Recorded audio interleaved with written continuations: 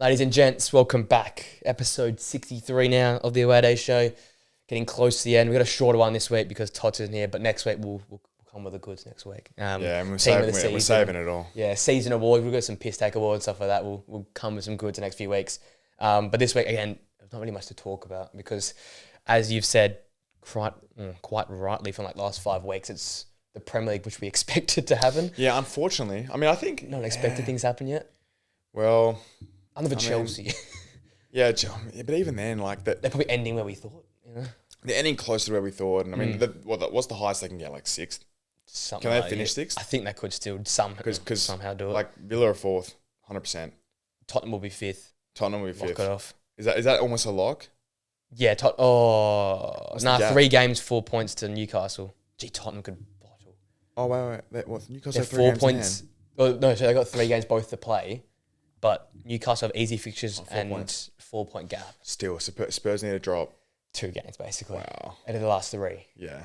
But they've dropped 2 in a row, and they've obviously got City. City to come. So Chelsea could finish 6th. Actually, they could finish 5th with the form. Obviously, they're Spurs really 6 bottle points. it. Yeah, Spurs and Newcastle really bottle it, yeah. But they've got the same goal difference as Tottenham. So they finish on the same points. They should get them. So Arsenal obviously top at the moment. 1 point away from City, with the City having the game in hand. How is the goal difference there, by the way? Because City, I think, clawed it back a little bit. Still 6 goal difference. 6 goals. Which is, City don't have another one of those. So realistically, and we both have 2 games left. Yeah. Oh, no, City have 3. City have 3, we got 2. So realistically, if City drop a game, then they have 2 games to like, and we win both our games, and they're going to have to claw back 8 goals. So it's 8 like... or 9 goals, yeah. If City drop a game, you think... It's done. It's done. Pep said it. He said, you can't lose from here on in. That's the way it is.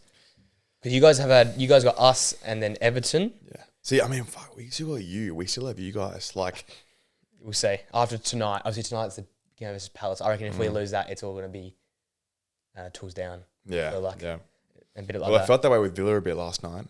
I did feel a lot like that. Yeah, like I don't know what I was expecting, but as soon as the game started, I thought, there actually isn't a whole heap to play for either team. No. You know, are Brighton still in Europe contention? I think they're long gone.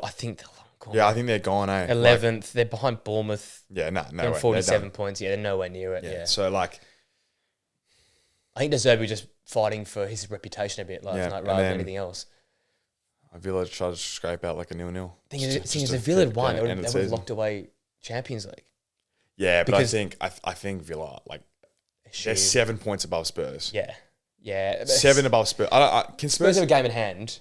Yeah, but okay. But we're talking about Spurs, who they need to have I think it's like we can lock Villa, off top 4. Sort of. I think Villa have secured it, which is very impressive, right? We'll talk about that next week a bit more. Yeah, but like, definitely we'll go down all in all, Villa finished top 4, like, and a European trophy potentially as well.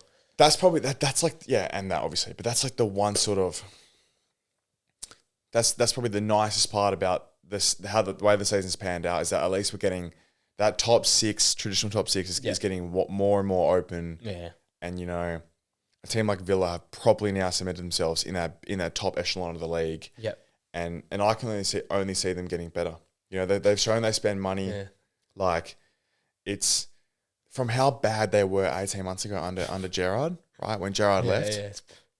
Like, they've seriously turned it around and give Unai another preseason, give him another, you know, let him buy a few more players he wants, let them invest where they need to invest. It's probably a right back, you know, probably a couple of fullbacks, or a right back more specifically, then a bit more depth, and you think like they're going to be well in contention to stay in that top 4 bracket and maybe do some Champions League damage, ideally.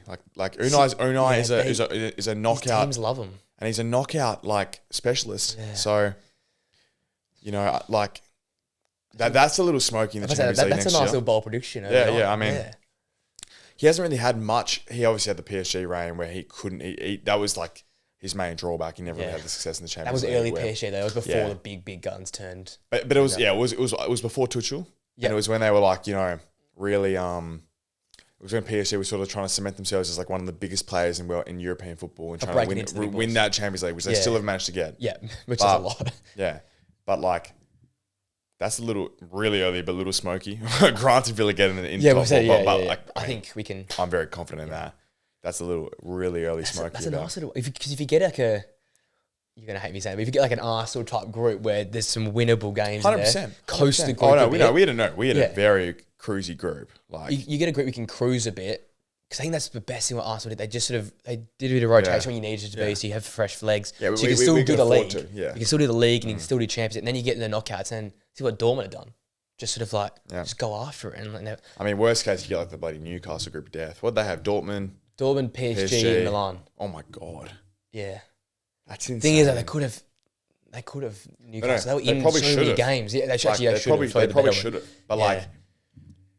but that's the reality of getting a group like that.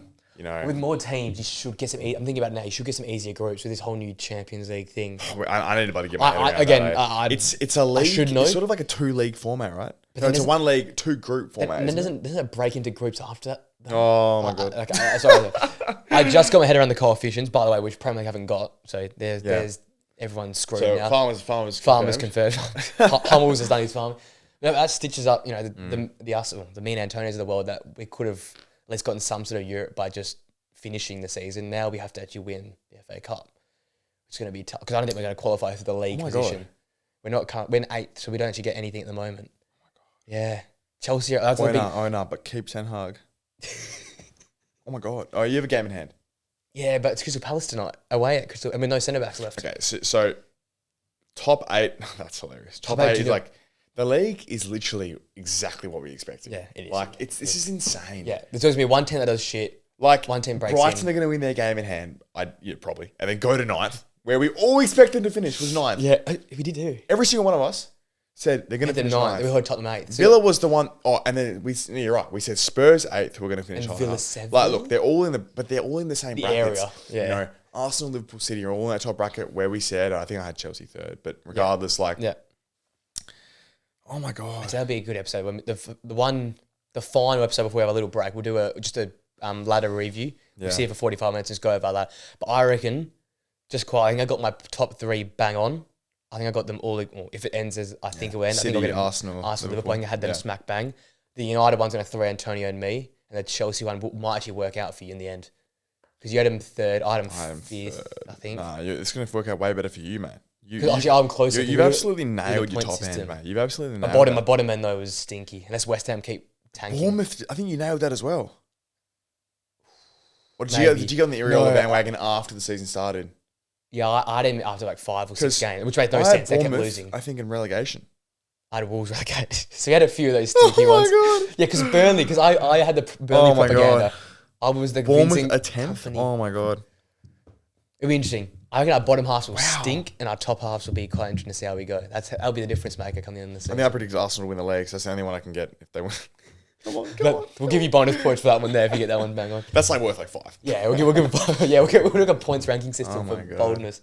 But yeah, I was going to talk about Chelsea in terms of what they did because the first game we reviews for the last week's game, but we might as well review it here. Yeah. They beat Tottenham 2-0 to start Tottenham's weekend of hell and Chelsea's great weekend. As you just said, Chelsea now 7th, leapfrogging United. It's almost like the reality is Chelsea have gone into 7th now, right? Yeah. And they're hitting some like solid form. But I think you got to look at it like holistically. I think it's papering over the cracks, right? Like you could say that it's coming together for Poch and they're finally clicking. But I also think the reality is all the pressure is off for any success, right?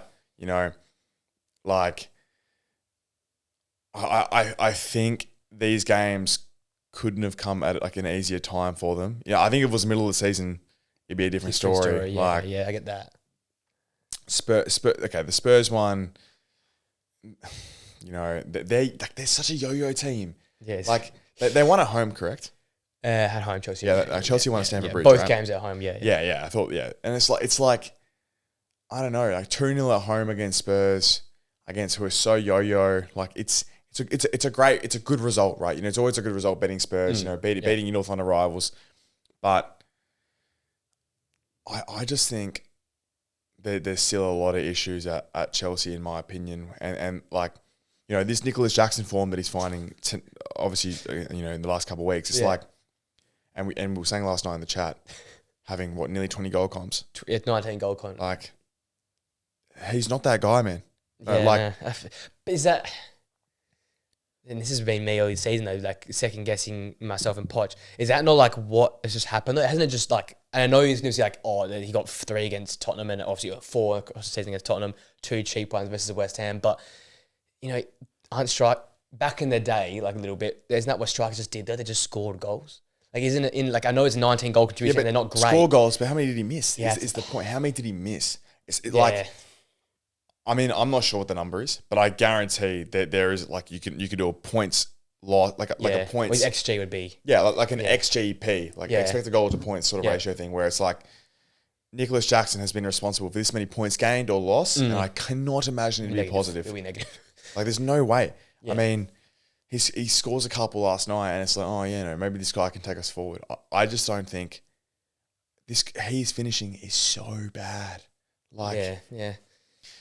I just don't think he's the guy to take them forward. I think, I don't know. I think Chelsea still need to make some tough calls. I think there's definitely tough calls to make because he's not. Yeah, I'm going to go with that. Then he's not their striker to go on with. But West Ham probably take it with a grain of salt because they just walked it to the park. But against Tottenham, they were going end to end quite easily. I know we say Tottenham's so attacking, but teams do struggle. But Liverpool put 4 past me 50 minutes last night. I think though it still takes credit to say that there's actually progression in other parts. Like the defense look good, the midfield looks good, the front line's still a bit but Mudryk's like showing something. Like we're talking about Mudryk and Jackson, who literally shows nothing. Like start the season, at least you're seeing like at least some output, no matter how ugly or deserved or not it is. Mudryk's getting assists, he's getting chances. Madueke, I don't know why I didn't start more the season. Madueke was he actually looked good. He was good. If I'm going to be honest, I think he actually looks good, and I think he looks good more consistently than the other ones up there. He's a proper winger. Madueke is actually genuinely good. I think if you get a new striker, I still think Mudryk can.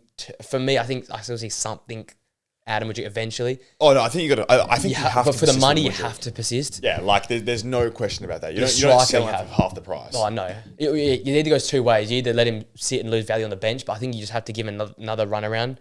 But I think you have to get a striker. I think they lost value. I mean, when they spent 100 mil on him, instantly, he was never worth that.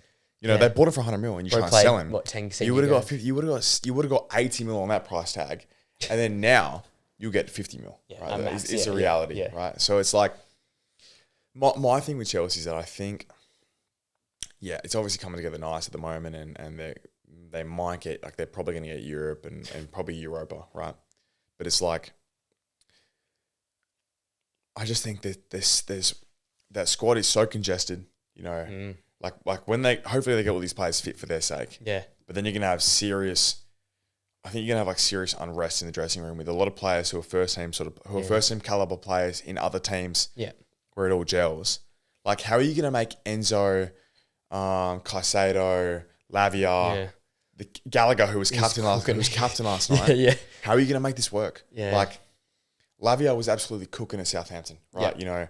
Caicedo is actually sort of coming good a little bit. Enzo, is World Cup winner. Like, it's even right back. And you don't have Champions League football, right? These are guys who want to play in the Champions League. We know how much of a draw that's been historically. For, Arsenal haven't been able to sign players. United haven't been able to sign players, and you have to overpay because of that. I think they need to do a bit of a cleanse. I don't know what I said a couple of weeks ago, but I'm in the Poch persist bandwagon now. Yeah. Bandwagon now. Like, as in, give him another year. I think I was that a couple of weeks ago as well. Like, if they finish 11th, okay, you probably got to part ways. And that's where we were going. But now that they're clicking, we're seeing something. Yeah. Maybe it's not. Maybe maybe there's some proper substance to that, and you can persist with him and get another preseason. Let him cleanse the squad a little bit. Yeah. You're going to get rid of Thiago Silva. You're going to have to fill that hole. That's a big hole. It's a massive hole. It is, because he's been like the one. He's been like the one player you could have relied on the last 2 or 3 years. Since obviously Tuchel was there, it was like that's a really big hole. He's the most consistent player across the last 3 seasons, probably by a long way. Yeah. And the goalkeeper situation. Yeah, I'm not sure about that. That's a basket case. Yeah, no. Like, Sanchez isn't that guy. Sanchez wasn't that guy at Brighton. Yeah. Like, I know he's actually young, Sanchez, is the weird thing. The thing is, you nailed it on the head. Was it 2 weeks ago when you said, he wasn't even number 1 at Brighton in the end? Yeah. They paid, and then for some reason they paid, 50 mil or something for him at Chelsea? I think he was cheaper than 50 mil. Maybe I think he was more like 20. But I still thinking it was such a weird. Like it's made sense for some reason, but looking back at it, it didn't. There was something there because Sanchez, it like probably the Jason Steele thing was weird at Brighton because he's not a bad keeper, but like by no means I think he showed that he was significantly better than Sanchez when he got dropped, right? Yeah. There seemed to be maybe some like dressing, it's similar to the Trossard situation, right? Where back of house stuff. Trossard was always an elite player at Brighton, yeah. but it was like there was some dressing room issues there. Get him out of there. So, but yeah, I know he's still pretty young, Sanchez. But I think you got to address the keeper situation. You want a keeper who's going to be solid and get bloody sign Ramsdale. Like he's right there. Spend the money on Ramsdale. Right there, yeah. He's right there. Does Kepa comes back as well? I don't even know what's up with Kepa. Kepa will come back. Ship off Kepa. He's loaned to Real, so you got Kepa there. So you got 3 keepers to sort through. Yeah. And potentially, if you're going to sign one, there's a fourth keeper. And now they all think they're first team quality, so that's another issue. Yeah, Kepa's played at Real, so he'll probably come and think he's the bollocks. Sanchez started the season as number 1, and then Petrovic number 1, and now he's number 1. So got to sort that out. No, that's the thing. Both ends of the pitch. Yeah, keeper, striker is your first point of call. You've got enough centre backs if they're fit. It's just if they're fit. Yeah, and they're also I don't know how much like are any of their centre backs going to be good enough to be at the top end? Look at the quality of the centre backs in the league. Yeah, you got City who have like a. It's ridiculous. What's the bloody saying? They have like a. I don't know. They got. I don't know. A plethora of top quality centre backs. It's like Arsenal. They're probably 2 best centre backs in the league, in my opinion. Probably the world if you have it. Probably the world. Liverpool have VVD, who is getting on, but still going to be there for a couple of years, hopefully. Aston Villa. That's Spurs got Van der Ven and Romero. Yeah, Spurs got Van der Ven and Romero. Yeah, right. Who Romero, World Cup winner, and Van der Ven, one of the best young centre backs in the league, or best signings in the league. So it's like the clubs around them. United have got the Butcher and 5-time World Cup Champions League winner Varane. So it's like this is what you're competing with. They got Badiashile and Trevor Chalobah and like the Sassy. Fofana's the difference though when he's there. Yeah, Fofana is it's a really good call. Fofana is when he's fit. Yeah, but same thing with James. But almost this time last year, I sat here and said, I rate Rhys James the best right back in the Prem. That came back to bite me. But taking Fofana, I reckon on his day is probably arguably the best, one of the best centre backs in the league. Which is like a big thing. You don't see that in the Premier League much. He's left-footed guy. So if you have Fofana and James in that back line alongside, I think Badiashile looks good when he has a better centre back next to him. So Thiago Silva yesterday, he looked great. If you have Fofana, Badiashile, Gusto even at right back, maybe get rid of James as well. I don't know, and you go with. I think you got to Chilwell left back. I think you got to cut ties with Rhys James. You can't keep relying on him to come back because otherwise you just. Plus, he's your captain. Yeah, he's your captain, but he's never near the park. He's in the stands. You need a captain when even at least when United made Bruno captain over Maguire. Yeah, right? yeah. That they fixed the problem there, 100%. Captain plays. As much as I don't like Bruno and I don't know if he's a captain quality, it's like he plays. And he feels like he plays with passion, compared to the other players sometimes on your pitch. It's like he plays, 100% every week. He's borderline number 1 on the team sheet. Yeah, right? Yeah. Like Rhys James, you just don't know if he's going to play. And then you have this weird situation with Gallagher being captain and all these other players being captain. I feel like Enzo's been captain. Enzo's captain a few times, It's a weird scenario and there's a lack of consistency and chemistry and, it's Chelsea have to do a big squad cleanse is the point. Another one. But at least maybe with another year under Poch, they'll you could see them get better and better. But that's the positive. They're a big one to watch next year, man. Chelsea, and especially over the market. What they do there, it's gonna be tough because after Euros, because we have Euros, they have a short period, right? So they're gonna have to either go really quick, or they might just miss their opportunity. They're probably gonna bloody splurge on someone who on Szoboszlai as a Euros There'll be a few, I think, German players who are going to have good Euros. And I think everyone will just splurge on the home talent, even though, Do they have a director of football now in Chelsea? Well, it's what has Todd done there? Well, I'm hearing Todd is now dispersing his ownership to other groups. Or he's delegating it. Yeah, I think it's sort of, I think I read that somewhere. Don't take my word. His investment's shitting itself. You're probably realising he's just taking... Maybe I should hire someone. Yeah, it's actually nosebleed football stuff. Maybe I should hire someone. You object. He probably should. Because he's, I think Poch has done probably the best with what he's got given. in terms of like he's dealing with this American geezer with 40 different blokes, your captain being injured. Like if we look at it as a grand picture, if they finish 7th and get Conference or Europa, wherever it ends up being, with this team, with how chaotic that squad is, surely that's credit in the bank. Predictions. But isn't that not credit just due to what? Because we didn't foresee all this happening. We didn't like. We said it could happen. You always expect, this time they're fit and they're gonna stay a little bit fitter. Yeah. Until you have like Elliot Yeo completely unrated. Until your that, injury. At that point, he's cooked. But it's gone. But with Reece James, like you keep giving him second chances, right? To like you keep convincing yourself he's going to stay fit. But I know what you mean. Like it's just panned out worse than we expected in terms of what he has to deal with. He's dealt with some shit. So yeah, you probably take that back to like 6th or 7th. So you're not wrong. Like he probably has met expectation revised. Yeah, maybe it's met. Yeah, but I just think because especially us and a lot of media, just basically slandered throughout the whole season him. It feels like, I know it's very reactionary, but that's what we do, right? We just react to things happening. It just feels like now they're in 7th. Like they're ahead of Manchester United now. They're literally on Newcastle's arse. You know, we were saying Poch is so much worse position than Ten Hag, so much worse position than Eddie Howe. But he's actually like could be ahead of them. Like it's just. I want you to find me saying Ten Hag because maybe the Eddie Howe when I did say that, but yeah, no. I mean, as a general rule of thumb, though, it feels like he was always the first in the chopping block because I think United have seriously underperformed. Yeah. And I don't think they've had anywhere near as many outs as Poch has had. I know they've had injury issues, but I think it's different. Yeah. Because like we'll touch on like United so much over the next few weeks, but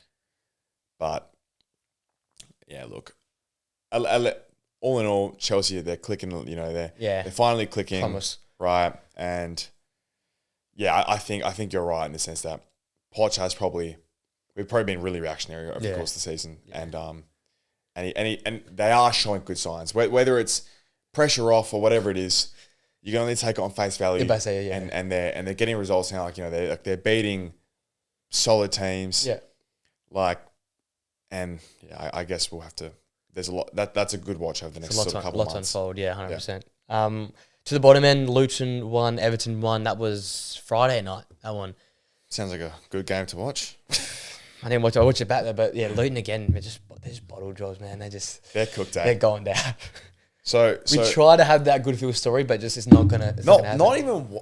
It's just so boring. Not one team staying up. No, they're not gonna stay up. I just need to triple check these fixtures. For Luton had to win their home games. So Forest have Chelsea. You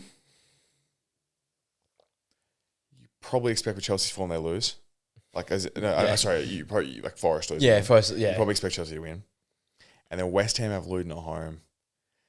And that, look. It's fun. They've been better away from home recently, Luton. So I don't know, maybe more. But I also think West Ham can deal with a Luton defensively. 100%. Like compared to like a Chelsea with a lot of pace. Yeah.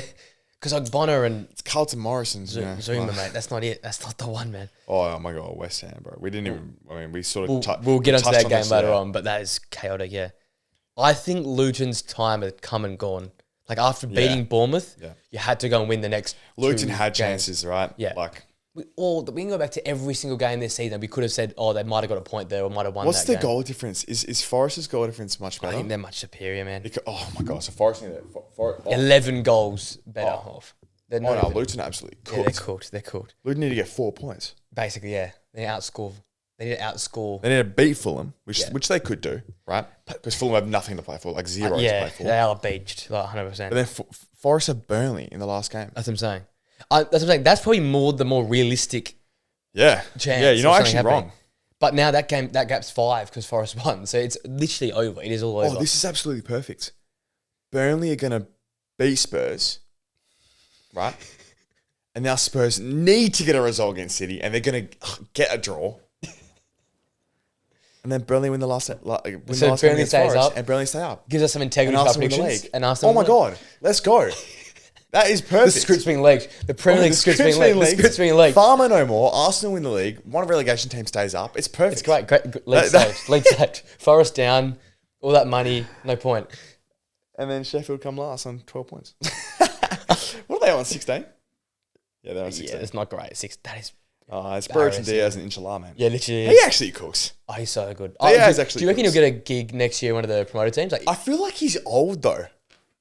is he not? I think he's like 26. He's not. I feel like Burton Diaz is old. Got the long beard. He just. Yeah, I know. It's definitely that. It's like, Let's have a look. mate, he's 99. What is he, like 25? 25. He just turned 25. Yeah, turned 25 a few days He ago. gets a gig probably in Spain or something. Well, he's in Spain right now. He's on loan from Spain. Yeah, okay, yeah. But he stinks. Where's he on loan from? Oh, now you test my ball knowledge. Now you really test. I have a maximum ball knowledge. I know that's maxed me out there. Let's have Where is Burton Diaz on loan from? Yep. This is a real hard hitting question to be honest. But he actually cooks though. Like, he's head and shoulders above that team, man. He's there just to save. He's there. They literally passing the ball and it's just like, just run. Just do FIFA, man. When you have that 99 pace dude, just feeding the ball, man. Just let him run. It's pretty embarrassing. I think he'll go to, if Bournemouth lose Clive, I can go to Bournemouth. That's my bold prediction. Yeah, same mould. Well, 25, and now obviously, I mean, you're gonna get him for peanuts. Like, he'll cost nothing. Yeah, because you're buying him from Spain, but like I can't imagine he costs a lot. Like, so that Spain will take any money they can get. So they won't really be fast how much you spend. But I think any mid-table team, like a Palace, if they lose Elise as well, like those sort of teams. He's a mid-table. Where does he play his best football, Burton Diaz? Left, like you reckon off the left, forward. Yeah, you know? Yeah, pretty direct. So like that Bailey, but on the left. You know what I mean? Like right forward, left forward. Oh, doesn't Bailey play on the left? Yeah, the left. Same Matoma on the right. Matoma plays on the left and the right. He plays on both sides. So that's No, I can see it being a bit of a second striker at Palace behind Mateta, the goat. Well, we just leaked the script, but regardless, the reality is like they were going down. Yeah. Luton cooked. Luton absolutely cooked. I wish they'd stayed up, but yeah, L for them. All right, this is the top of the table. Something we should talk about here. Arsenal beat Bournemouth 3-0. Iriola, my boy, he gave it a crack. Iriola. Can I just say before you go through this one, every decision that was made was wrong. Saka, his foul should have been red. I reckon he got him at the knee. That should have been sent off. That was the penalty is 50-50. I'm glad you touched on this. I nearly forgot about the VAR. The penalty probably I can see why they gave it, but I wouldn't give him the penalty. To be honest, and the goal. I didn't think it was a pen, and I think the goal should have stood as well. Yeah. So at the end, they probably leveled out. This is the Rayo one. Yeah, where he's fouled by Solanke. I'm not sure where that was. What the hell was that? Yeah.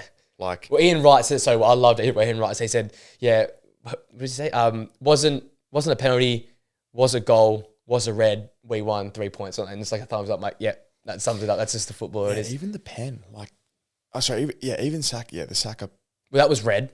He got him at the. Sorry, even the Havertz pen. Sorry. Yeah. Like, I was watching that back, and like one, I think he touches the ball. Yeah, well, I think he does that, but I think what they're coming from, I reckon they think he got enough of the ball to quantify, that shouldn't be right. But I don't get get the that. ball, it's get the ball. But Like, I think they didn't quantify. Yeah, like the ball didn't like change his path. They were being like subjective with it, I think, rather than just being like, did he get the ball, yes or no? That's what it felt like to me, which I don't think's right. But I think he got the ball though. I'd say him here, but I don't think they reckon he got. Is that what they're saying? Yeah. I'm trying to play devil. I think that's what they're trying to say. He didn't get enough of it, which is like which is bullshit. Yeah, I mean, you're like with VAR already being so grey and the rules being so grey. I just make it more grey, right? You know, blur the lines a little bit more because now we're judging whether they touch the ball enough. Like, yeah, that's ridiculous. But we still put the heat on them in the first half. Like first 30, we really put the heat on, and then I think like we deserve to win. Yeah, like yeah. But I just knew this was gonna happen. Like we're just gonna.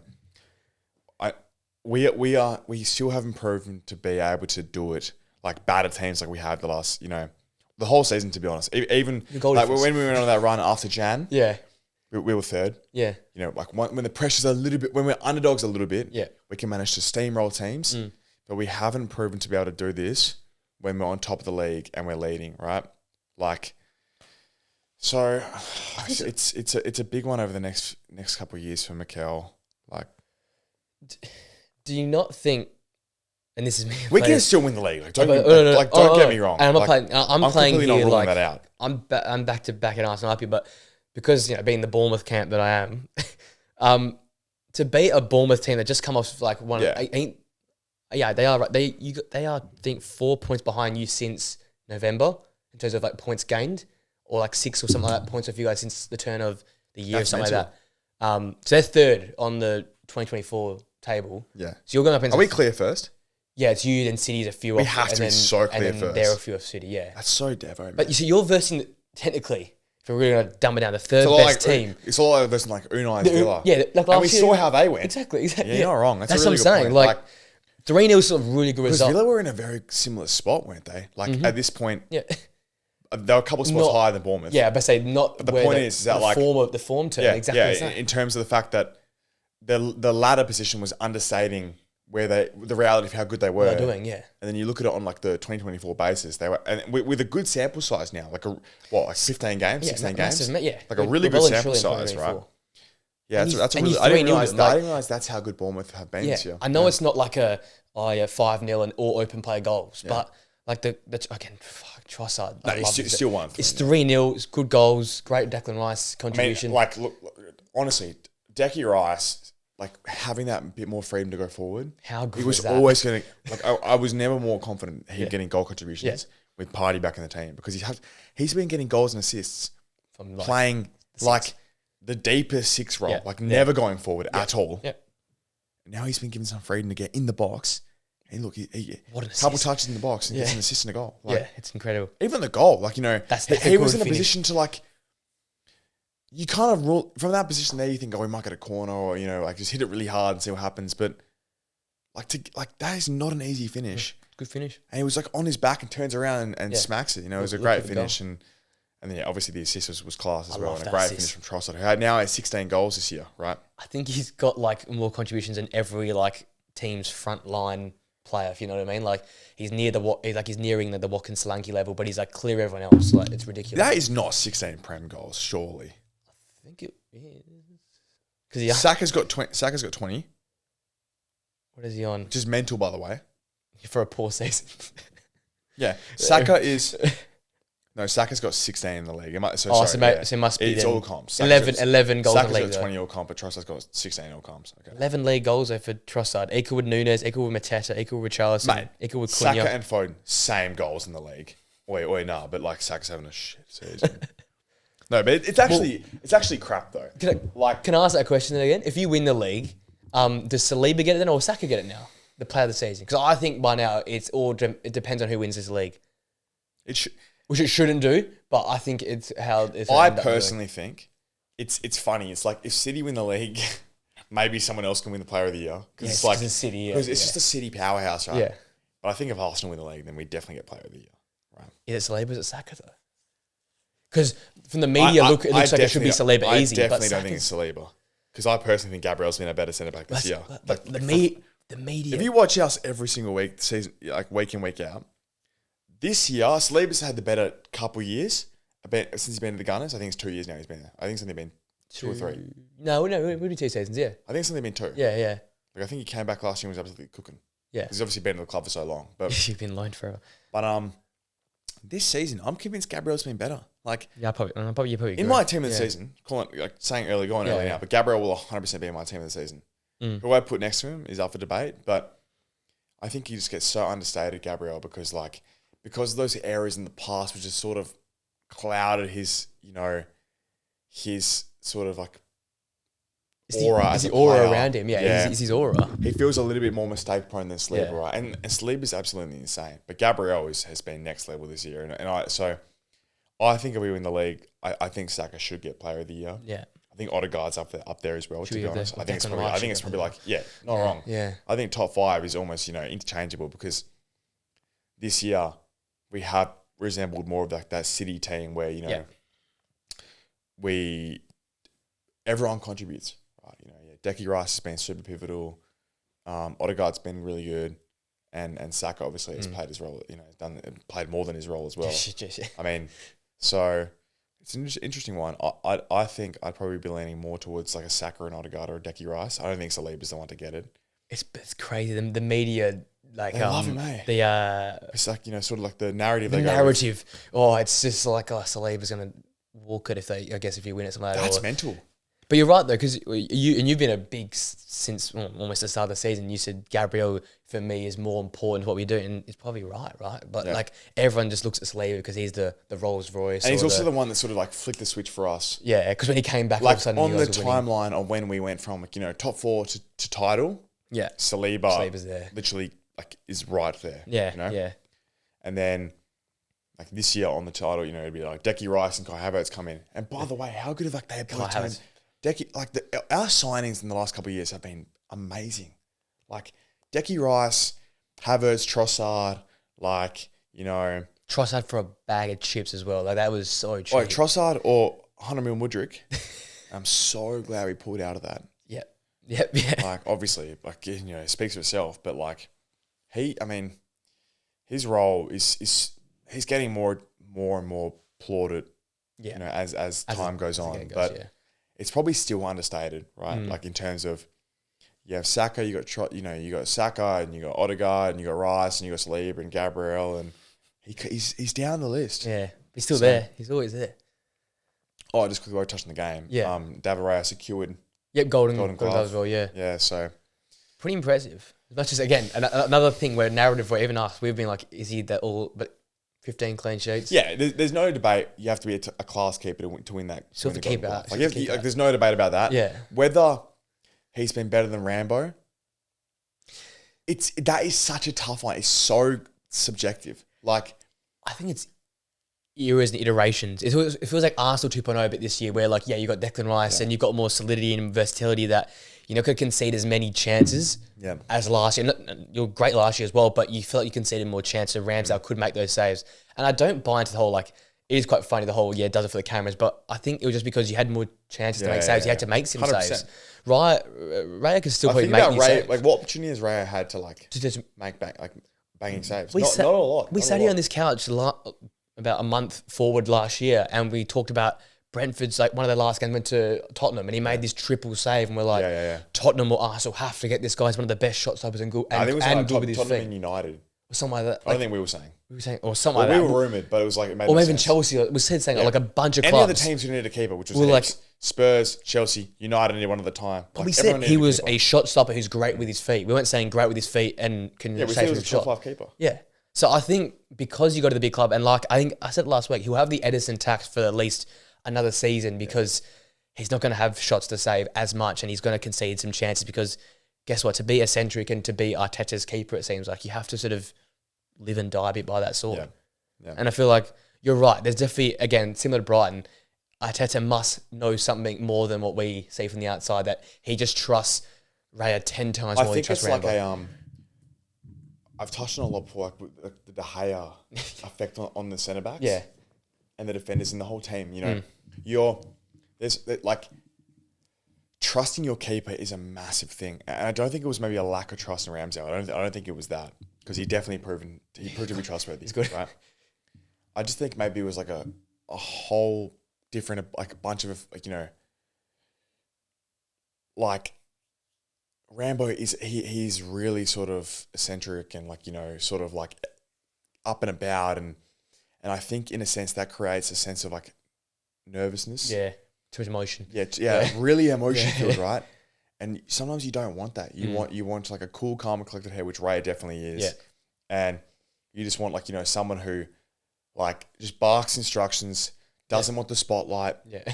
Whereas when you have your goalkeeper like wanting the spotlight and like almost wanting saves, right? That's a bad thing. You don't want that. You want to keep doesn't want to touch the ball. Yeah. Right? Because they'll do as much as they can to bark all the instructions ahead of you to make sure they don't get a shot. Yeah. It's a reality. Yeah, that's what it feels like. Like, or at least, you know, you hope it's a reality. And Rambo just, he probably had just too much of a spectacle around him as a goalkeeper. Yeah. Where you don't want that. You want a keeper like, you just want a keeper who just like does his job. And I think Raya does that more than Rambo in terms of media and etc. and all the other stuff that comes along with like the modern day footballer, right? It's symbolic, right? Last season, in many regards, the emotion, I don't think it was quality, just the emotion got the better of you guys. You change your keeper to a guy who came from Thomas Frank, who's, you know, just pretty blunt, right? Yeah. It's just that Brentford system, you just blunt. You play your football. You look at their midfielders, no one talks about them because they do their job. Raya's come from that. You ever heard Edison in an interview? No. Probably just speak English, but it's probably, I was going to say that, but it's in like, you wouldn't know. But is Raya, I think I've only seen Raya do one interview. He's had to do a couple because like there's so much publicity around that position. He's had to do a couple, right? But he's avoided the spotlight as much as possible. But Rambo was in the spotlight like he was on English tracks as well. That can't help. and as he was well. on like Ben Foster's podcast, that's and all this stuff, getting unneeded attention to him and the backline and the spotlight. You know, you don't need that, right? Why have it when you don't? So I think the way it's going to go is Rambo will get shipped off and we'll sign some second keeper, just a backup, just a good backup, or something like that. So Amy Martinez 2.0 again, just gets one of those geezers in. And I think you have to judge it on the fact that it's the same defense, literally exactly, but it's better this year, right? And what's changed? The goalkeeper. Yeah, no, literally is. Like, there's obviously a lot more into that, but on face value, that's the reality. And I think David Raya is not going to get the credit he deserves for that Golden Glove. No. But I think he does. I think he deserves a lot more than he's going to get. Is my point, right? No, definitely. Considering as well, like they beat Pickford, who they play literally 18 behind the ball. It feels like at Everton, and I mean we have the highest goal difference. Not because obviously we defend well, but we score a lot of goals. We batter teams. Yeah. We play out from the back. Yeah, you actually try and win games. But Everton just sit there to try and not lose games. Like we do the opposite of sit back and defend. Yeah. We get numbers back when we're defending. Exactly that. But we go just as hard attacking as we do defensively. You're going to get exposed. And we do get exposed. And, you know, we still absolutely smashed the clean sheet tally. And remember the fact he hasn't played every game this year as well. They had to sit the two Brentford games out. Those two. And then he missed one. He missed like the first three because Ramsdale started the season. Yeah. That was that was a crazy time to be alive, man. Yeah, it was mental. I feel like ages ago, but that was a crazy, crazy era. As if it's the same season. Yeah, Tottenham title and all that happening that time. I still love that. That's one of my favourite. Rambo was the keeper. Tottenham won the league. Yeah. You know what else happened? Oh. Fuck, what a year. Gee, that feels like ages ago. Yeah, Rambo started the first 3 games, didn't he? Think about it. Yeah, it was at least first three. At least the first three. That's a different storyline, man. I just want to fact check that out. But we'll probably move on. Well, I would say, wait till that. I can just touch on the next game, which is the most boring 0-0 Brentford and Fulham. That was that was the beached football game. So move to the next game once you get this info out for us. Rambo's 2024 stats. He made 6 appearances in the Prem. Yes, in the Prem this season. He's had 6 appearances in the Prem this year. So did he play Newcastle? No, he would have played the first 2 and then plus the 2 Brentford games. So +4 plus 2 Brentford. Yeah, so it's like regardless, he's played.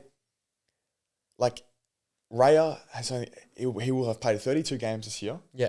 And kept a clean sheet in nearly half. Every second game. That's insane. Keeping in mind you've had to deal with Villa, City, Liverpool, Tottenham. Oh mate, it's all these attacking teams.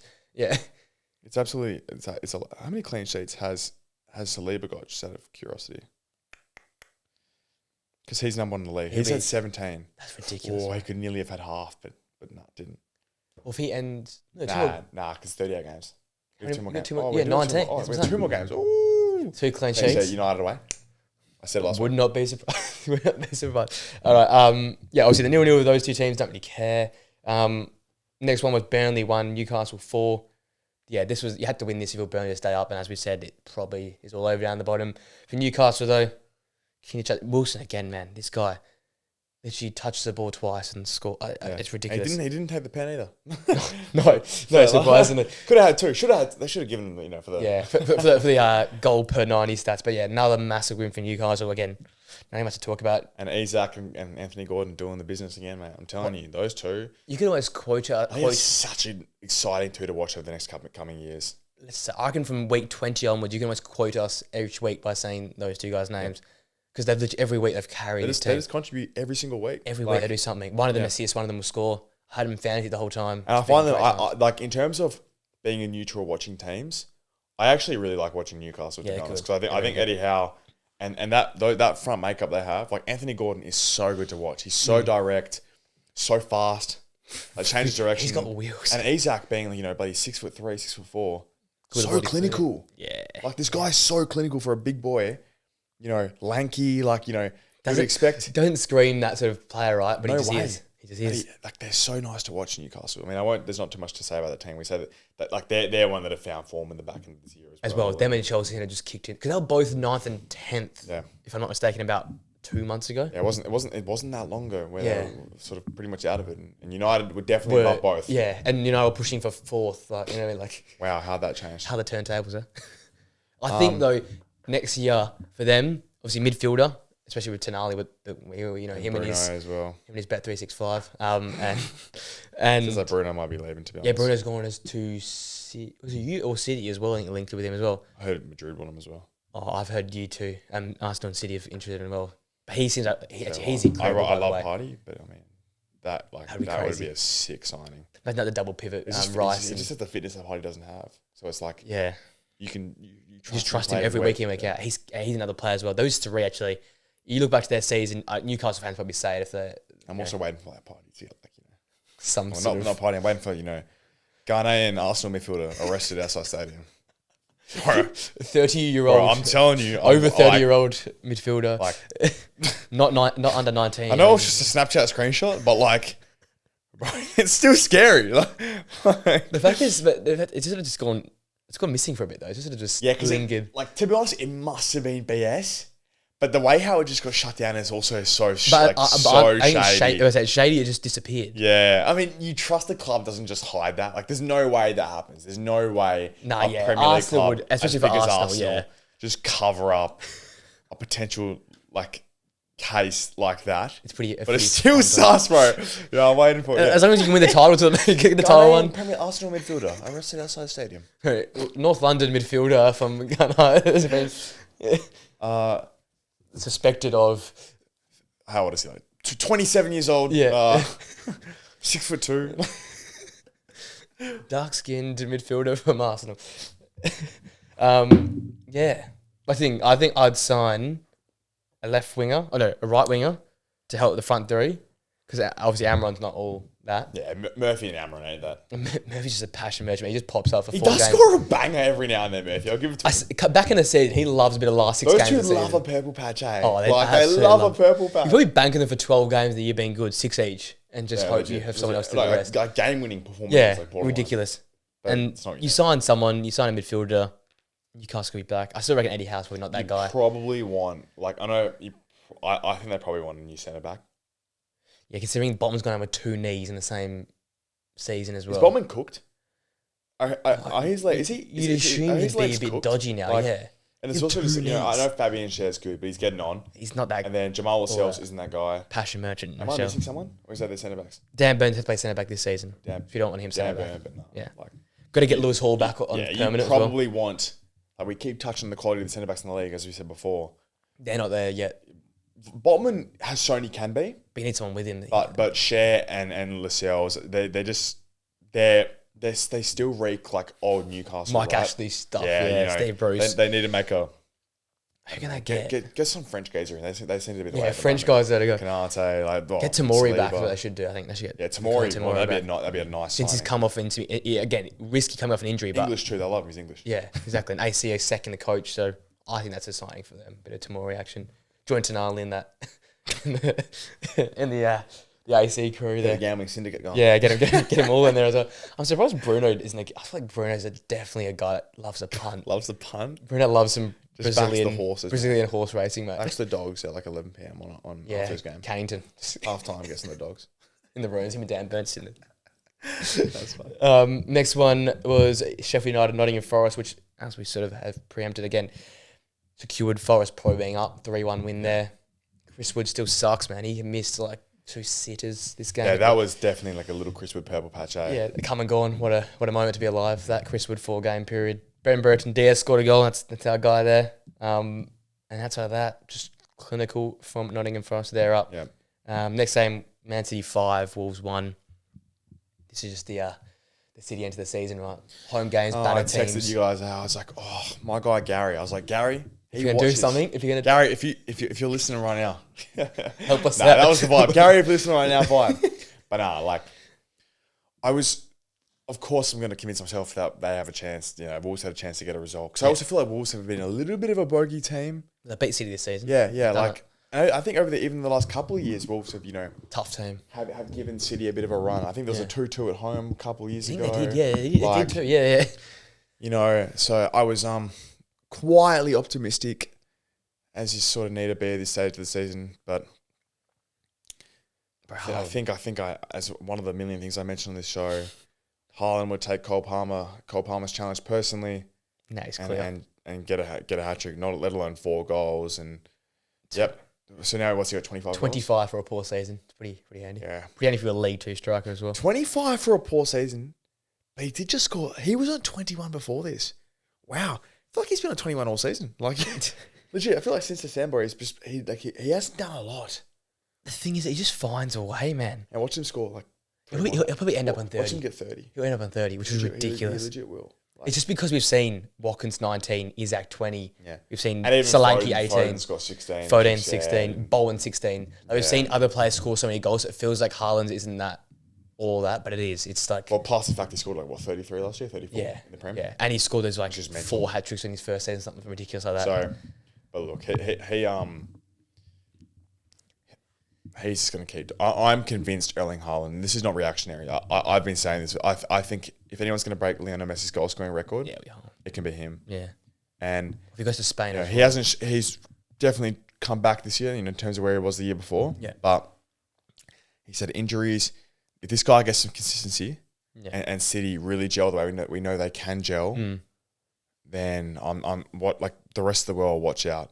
Or the rest of Europe, at least watch out, because this guy they'll run away with the Champions League, they'll run away with the league, and this guy will score like 2-3 goals a game every week, because that is the type of player at his best we know he can be.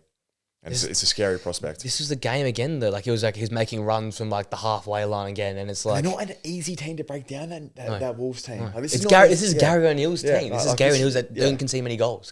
Especially to out and out strikers where it's easily predictable, right? Yeah, they just couldn't deal with it. He literally ran from his own heart. Like that's when I start seeing that again, I'm like, oh no. Like that's how you tore us apart last year. That's how you tore. When he gets his arms like doing the Sonic. Yeah, mate, game's gone. Game's gone. Game's gone. When he's like winning penalties penalties, side to side. Yeah. They gave him a penalty as well to start off, just to warm him up. That's Yeah, he slaps him away every time, eh? Oh, bro, just like that net. Just I know. It's actually. There's no reason to belt it that hard. He smacks It's like that Hulk Adidas video, I think it was, where he like kicks the ball, scores the pen, and the goal goes like flying through. He literally belts the ball that hard. He's gonna put a hole in the thing. I blame Nottingham Forest. Nottingham Forest got him into form, man. That goal when De Bruyne found him, I think the commentator said it. He said last week we saw him score a good goal versus Forest. Now he's gonna score like 6, 7 in the season. I think it's very dangerous. As much as Arsenal in a good spot, it just feels so inevitable because this is what City do. City have done. We've said this every week for the last 2 years. Yeah. This is what City do. Yeah, they won. I mean, there's no way this is the same City team that won 1 game in 6 earlier this year, and they're gonna end up on 90 plus points. That's what I'm saying. This is probably their worst. Well, they're gonna end up at 89. They're on 82. No, they don't. They're gonna end up 90. They're gonna end up on 90. They'll be 90. They'll be 90. Yeah. Let me try and find this. Yeah. Well, they're gonna end up at 91 or not. I'm sure this is other week. They'd get 90. Yeah, we said this. They said 3. Yeah, 91. They'll get 91. They're gonna have to win every game. Yeah, you have to win. Yeah, and they're gonna end up at 91. So I mean, I know they've set the standard to 100 points in the past couple of years, but like 91 points with in a 3-horse race. Yes, by the way, which is 3-horse for basically every game but 5. I mean, it's still a 5-point gap. Yeah, technically there. Yeah. If it wasn't, if City weren't here, Liverpool fans would probably be quietly optimistic. We would fumble the bag where we have in the last few years. Chance, yeah. But this is the reality of the league. That's probably more credit to Haaland. It's probably City's, we probably say that every year, but it's probably their worst season in terms of a collective season. Yeah, he's going to score, 30 goals, and they might end up winning it in a 3-horse race again. On 90 points. That probably gives more credit to Haaland's goals as well. Because, injured, they went through a tough patch, and they probably had their worst. Yeah, like he actually missed quite a few games, right? Like, Antonio had some stat where he hadn't scored in 2 months. I know he wasn't available for some of that, but he didn't score a goal for a 2-month period there because he was injured. He for said a 28 starts. Yeah. Sorry, 28 appearances, 2 off the bench. So 26 starts. 26 starts. And he's got 25 goals. He's got 26 starts and he's got 25 goals. A goal per start. What? It's ridiculous. It's ridiculous. I mean, Rory Jennings, that goes down in history, man. Yeah, that is the call of all time. Yeah, that's one of the calls of all time. The call of all time. The prediction. The establishment has been destroyed. That is honestly that's hilarious. I love that. It couldn't have gone worse. He's going to score 60 goals in 2 seasons. That's crazy. He's going at a goal a game in the Prem. He's mocked. He actually has made it. Because he only started like 34 games last year as well. Like they benched him in a couple. He missed a couple last year again. I remember they benched him in like a Forest double game week where because they're going Champions League as well. Everyone captained him in double game week FPL and he got benched for one of them. Can we have an FPL up that quickly as well? By the way, because I can double check. Sorry, Haaland last year, 35 stars. What was it 34? Yeah. 36 goals in 33 starts. So he had 3 more goals than starts. That's ridiculous. He's going at more than a goal a start. That is insane. And he's having an off year. Yeah, bro's next level, man. He is. What are you saying? We're doing a quick FPL. Just quick FPL. We haven't talked about ages. By the way. I just overtaken you. Dank messaged you? He has messaged me. He's run away with the top of the league. He's going to get a shout out here. 100 points, by the way. He said he wants to come on. He can absolutely come on. Talk some ball. We'll do a little FPL special. He's got 100 points this week playing his wild card, so fair play to him. I've bench boosted. I'm on 89 with 2 guys to play. Next week. So you're not triple captaining next week? But you use your triple cap? I already used it. Ooh. Forgot that. Who's Haaland got next week? Who have they got? They got the double game week versus Full Spurs. Oh my god, he's gonna score 25. Yes, goals. I'm gonna have a triple captain next week. He's gonna score 6 goals. Oh my god! I didn't realize I overtook you. I thought I'll be close with you. I've overtaken. I forgot to do my trades. I've got my trades 2 weeks ago, and I thought I screwed myself. But back in top 4, Champions League footy for mounting a title. I forgot 3 weeks ago, and then I just haven't done them since. Yeah, because once you miss 1 week in FPL, you're screwed. You can't catch up. So sad. So Zach Dunn, so there's your shout out. You'll get another shout out when you end the season. But he's on 100 points this week. He is 2-1-8-6, and is 40 points off second place. So he's running away with a little bit there. Oh, I wonder where his overall rankings like. Probably like 100k. And surely got to be a top 100k. Well, I'm in another league and I'm 16th, and I'm sitting at 40 in Australia and 40k. Yeah, 40 in Australia, 1.6 overall, which is not great. But Zach is surely. So he'd be what then? Probably in your top overall, like he's beating us by like 200 points. Yeah, more than 200. Guys built for the FBL. I mean, look, he's probably top 100k or something. That's pretty impressive. So he's decent. I think it's like his first proper year. So proper you're doing. Wait, yeah. If he's getting a good shout out now, but he said he wants to come on. He can have that full seat on the couch on one of those. Talk about Watford. Watford's ball nods in the championship. All right, we come to the Sunday games, which is probably where all the excitement was in the weekend. To be honest here, Chelsea 5, West Ham. I know we sort of talked a bit about Chelsea, but let's talk about West Ham. Yeah, like shame Toss isn't here to see his team fall apart. This is. Where are they now on the ladder? They are now 9th, I think. Oh, they're still 9th. Oh, fall off, guys, come on. But the fall off isn't like, you can't really fall off in this top half, man. So the only thing that can go worse, they could finish outside in 11th. If they lose, they could finish 12th. Could. But Gary O'Neill's attempt to do a real masterclass. Oh, no, the same games. No, it could happen. Yeah, same games. But just 3 points behind. And they've got. I think they have us. They've got you. Yeah, they're getting spanked. They have Palace at home. More. I mean, chance. But then West Ham have Luton. Yeah, no. Okay, it could be over. Look, West Ham still finished top half, but hey, I had them nearly relegated, so that's it wasn't that bad. It wasn't that bad. David Moyes is gone as well. It looks like Lopetegui will take it. Lopetegui or Amaru. I don't know how they've managed that Liverpool's 2 backups were come West Ham manager, but yeah, they just feel like saying that you got Zuma and Ogbon at the back, like. Soufal. I know you. Yeah, they need to spend some money. They're slow, man. They're really slow. Soufal's really slow. Their back four just screams age camp. Their back four just sucks. Yeah, it's probably like honestly outside of the relegation teams, it's the worst back four in the league. 100%. Yeah, it's got cat kickers. You got. I mean, who in that back four? So who have you got? Like, what's their most consistent back four? Or what they playing? Emerson, Ogbonna, Zuma, Soufal. Yeah. Right? What one of those players gets in another top 10? What one of those players gets in a team above them? No one. No one. Not one of them gets into any team above them. And below them, they don't get into Bournemouth backline. And then none of them get into Bournemouth. They don't get into Brighton when Brighton are fit. None of them get into Brighton. Duncan Webster and they're like, they get into Wolves. I like Wolves backline. Semedo, Anoia, those guys. Kilman. Fulham, probably not. No. Who plays in Fulham? Who plays in the right for Fulham? Not Tete anymore. Who plays it right for Fulham? Great question. I think it's the Nigerian geezer. Bassi plays centre back. Oh, Bassi plays centre back. Yeah. Let me have a look at it on the weekend. Mind blanked. Castagna. Oh yeah. Maybe. Castagna's got a bit of a long shot screamer in him, but defensively Soufal's definitely better. So maybe Soufal gets into the Fulham. Look, the point is that's the state of how bad their back line is, right? I think it is his relegation. Brentford, Everton or better. Do they even Palace get or to the better. relegation teams? Obviously, you think they do. They get into Luton's team, Yeah. Burnley's Sheffields. team, and Sheffield. Yeah, you get all the bottom three. Yeah, like Ogbonna's a bit shaky. Zuma, actually, other than Ogbonna, that's the rest of the three. Zuma gets in. Zuma gets in, Obviously. those teams, yeah. The point is that, like, that's Dodgy. that's what they're dealing with there, Yeah. right?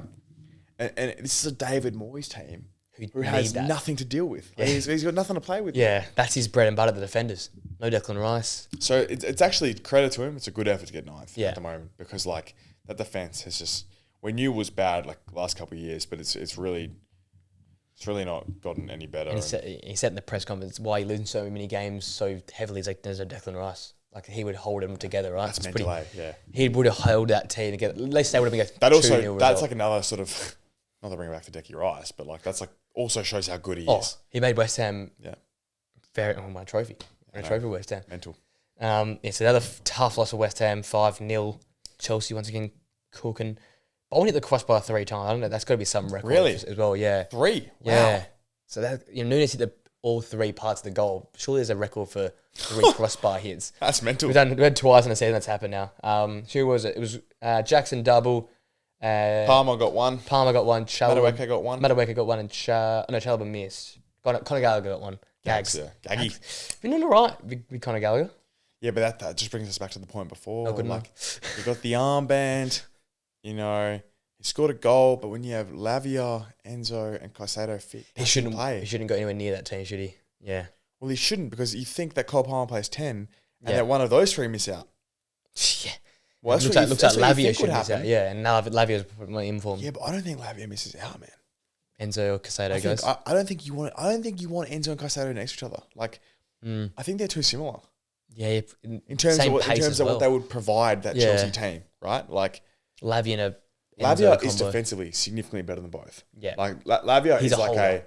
he's a bit more of like, you know, like a 2000s like breakup player, right? Yeah. And it's good to watch. He snaps players a little bit, like, you know. Yeah, good He tackle. does a challenge, intercept. Like, he's very solid defensively, and I'm really, it's a big loss for them this year. 27 minutes. That's criminal, man. But the point there, like, where does Gallagher get in that team? He doesn't. But he'd be their best midfielder all season. It's a weird one. It's a weird one. He might just be that passion merchant off the bench, you know, just to bring so much energy. Is he like a bit of a into James Ward-Prowse? Screams a bit like that, eh? Yeah, like in terms of like he in terms of the fact that probably not good enough to start on one of the best teams in the league. Yeah. Like Gallagher is at the moment, but he probably shouldn't be. Yeah. But he'll play. He'll be in do a around role it. in the mid-table. Play some cup like games. Ward-Prowse does a role at West Ham. Yeah. Like, Yeah. you know. That's the thing about West Ham as well. They've got so many good players. What about in like front. Gallagher at like Brighton? They need a midfielder. Yeah, they need bad. I mean, they don't want to spend money, but they need a midfielder. They could go for And stuff. he's the right age demographic. Yeah. Yeah. You know, Brighton at least have some prospects of trying to get better, right? Like, he's not a deserving player, don't get me wrong. No, at all. He's But too on paper, like, reckless for the Deserbies. yeah, not intricate enough. He could go Palace won't even take him that right now with the way they're playing. He plays for Palace, 100%. He's playing for Chelsea. Like I don't think we're he'll probably being harsh on Gallagher, to be honest. He scored a goal. He's had quite a few He goals. played at 10 for Palace. He wouldn't play in the 2 holders, Yeah. though. The double pivot right now, they're cooking at the double pivot. Interesting. Is he getting United? It was rumoured it was linked there. Probably At the moment, he definitely does. Cobby and Gallagher. Bobby, Gallagher, and Bruno. That screams mediocrity, man. That is so This mid. game's so shit. That is so shit, that midfield. But It sucks. he would play. It really sucks. Yeah. Conor Gallagher, Cobby Minor, and Bruno Fernandes. Wait, no. Odegaard, Rice, Party. KDB, Rodri, and then Take Bernardo your pick. Silva. Take your pick, mate. Take your pick from those ones. Like, and then Liverpool, you know, you got Mac Allister, like Endo, Szoboszlai, Szoboszlai. Endo, Gravenberch, and, you know, take your pick out of any of those, right? That's the levels, mate. Bruno, Cobby, Gallagher. Yeah, I know Cobby's been good, but come on, like 18-year-old. If you're lying, 18-year-old, yeah, you've already seen it. He shouldn't even be starting every week, mate. His legs Like, already going. You can already tell he's slow already. Has he? Yeah, Has he there's dropped off a no little bit? defensive tracking. He's good going forward, by the way. He's great. Yeah. But he's a boxer. He's not a holder. Yeah. I think I was putting too much pressure on him to And be a then holder. Casemiro's got no legs anyway, so you got zero legs. Zero in that legs midfield. anywhere. No, and he's playing centre back right now with I When think Ericsson tonight plays, what does he play? alongside Cobby in the double pivot in midfield. What, Cass behind? Cass centre back. That's why Cass makes centre back. That's why, because Cass is playing Tonight, centre back, I think we got Scott McTominay and Casemiro at centre back. That's who we're playing tonight. No one's fit. Because Maguire's out, eh? No centre backs are available. That's hilarious. What's happened to Lindelof? What's he done? Hamstring again. He's good for a hamstring a year. If you want a bit of a pre-season like bad sleep, check Maguire for a groin, Lindelof for a hamstring, and Rashford for an illness at some point in the season. That's your lock. And then Rashford for an illness. He's always good for an illness whenever his form's not going great. You can always lock that one in. Tell you what, Rashford out, illness. That's no surprise there. All right, final 2 games. This one was quite exciting. Had this on the double screen. Brighton 1, Villa 0. Brighton were like back. I said to the group chat, it was like Premier League's restored to it. Zerbi took out comments about top 10 personally. Oh, he was top 5 personally. He was like, no, I'm back. I'm cooking again. Yeah. I've never seen such a polar opposite performance. That's just Brighton. But Webster was back. Like Adingra was performing. Adingra was really good. He was cooking. I really expected. This is what I really expected a lot more of Brighton this year. Like, you know, because Brighton can do this against the best teams. They just turn up. Aston Villa, top 14. They haven't done it this year. Like it's been way too few and far in between, right? So yeah. Let me list some of these. Like this felt like Brighton evolved. So Verbruggen back in goal. I think it's much better than Steele. I think much better than Steele. I think they're both pretty mid, to be honest. I actually think Steele's not that bad, but I just think Verbruggen's just better shot stop. Yeah, he's a better shot stopper. I agree. You've got Webster, Dunk, Veltman, and Igor at the back. So all your defenders they're all defensive. All centre backs that can play everywhere. So that's you're back to your normal back 4. Gilmore, Gross, Bonanotte, Adingra, Pedro. Gilmore, Gross, Bonanotte. Adingra on the right, left, and then Pedro. Pedro and Adingra sort of just rotate. They don't really have a position. And then Danny Welbeck, underrated, man. This guy, like, I saw something about someone saying he's a more complete footballer than Salah. I'm not saying that, but he's been so good. He's probably been their best player by a long way this season. Pascal. Pascal. Outside of Pascal. Pascal. Because they've stunk, but he's been... What is his goals? Lewis Dunk has actually not been too bad. He's in the back line. So he gets fault. He's the one that like plays every week, and you know, like I would rely upon the most. But no, there's daylight. Pascal. Where's Danny Welbeck in goals? That guy's been good. That guy, Danny. I don't think that many goals. I thought he had so many more goals than that. Nah, I don't think he's had that much output though. It feels like he's always probably had like 12 to 14 goal contributions. Oh my God, where is he? Oh, maybe not. What's he got, like 6 goals? 6. He's got to have 6. Yeah, it's got to be 6. I can't find him, but I'm seeing a lot of Brighton logos here. Let me just... I'm going to find... They can't have lower than 6 goals. Because I think he's been so impressive this season for them. 4 goals, 1 assist. That's bad. 4 goals and 1 assist. And he's got 4 goals, 1 assist. In 26 appearances, man. That's tough. I thought it was so many more... Sorry, I'll take that back. I thought he's been really impressive this season. But he's that sort of player, right? He's only got 66 goals in his Prem career. He's sort of just like never scored many goals, but he's always been so like handy. He also used to have a knack of scoring clutch goals. At Arsenal did. At United he's did. Got a lot of clutch goals at us. Late goals. And no, look, Danny, he presses. Yeah, you know, like that's the. He's such. He is a very like as a coach, you like. I love. You know what you're going to get from him every week, right? Yeah. And it keeps him in the job. So like, fair enough to him. But Brighton, yeah, look, to be honest, they probably regressed this year in terms of. But they're still going to be where they expected. So, exactly. I think they want to be back in Europe, but obviously it's not going to happen that way. But look, they've lost a lot of players. I say signings. Years. Like the fact they've still finished 9th. With how bad it feels like it has been, it feels like they could have been, way close. It feels like a West Ham last year in the league. Yeah, they could have been way closer to relegation. Stuff, right? But no Solly March. Like Esther's been injured and underperforming. Matoma's been like he's been injured and away from Asian Cup. And just not the player he has been. Yep. Like Evan Ferguson hasn't kicked on. He's gone backwards. Hasn't kicked on because he's probably lacked a lot of opportunity. Yeah. And that midfield has just been stinky at the best of times. Yeah. You've got a 32-year-old Pascal Gross carrying it. We've had to carry that midfield. Like, you had Dahoud, that didn't work out. He's gone. Milner stunk. Milner didn't work out. He's gone. Fatty Billy stunk. Gilmore, just doesn't do enough. Nah. That's why he's in Norwich. Billy Gilmore doesn't need Pascal Gross next to him. He needs Billy Gilmore needs like a Casemiro type next to him. To free him up. He doesn't need another ball player creator. He wants to be that 8 who can create deep. Right, is what I think. When I think of Billy Gilmore, I think of he's going to be create from deep and press forward. Right, he can't do that.